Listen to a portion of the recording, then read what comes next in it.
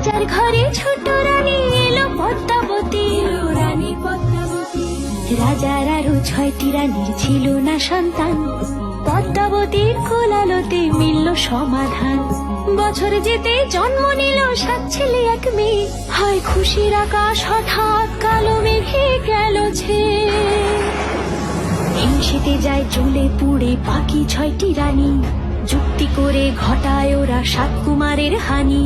সুযোগ মতো 7 ছেলেকে মাটিতে দেয় পুঁতে, বাঁচে একা পারুল ওরা পায় না তাকে ছুতে। ধাইমা বাঁচায় সেই মেয়েকে বড় করে তোলে, 7 ভাইকে পায় যে পারুল 7টে চাপা ফুলে। এত কিছুর পরেও রাজার বিপদ যে কাটে না, সূর্য নগরে সুখের সূর্য আর ওঠে না। হিংসা বিবাদ বিচ্ছেদ আর প্রেমের কাহিনীতে পারুল বোন কি পারবে 7 ভাই চম্পাকে জাগাতে?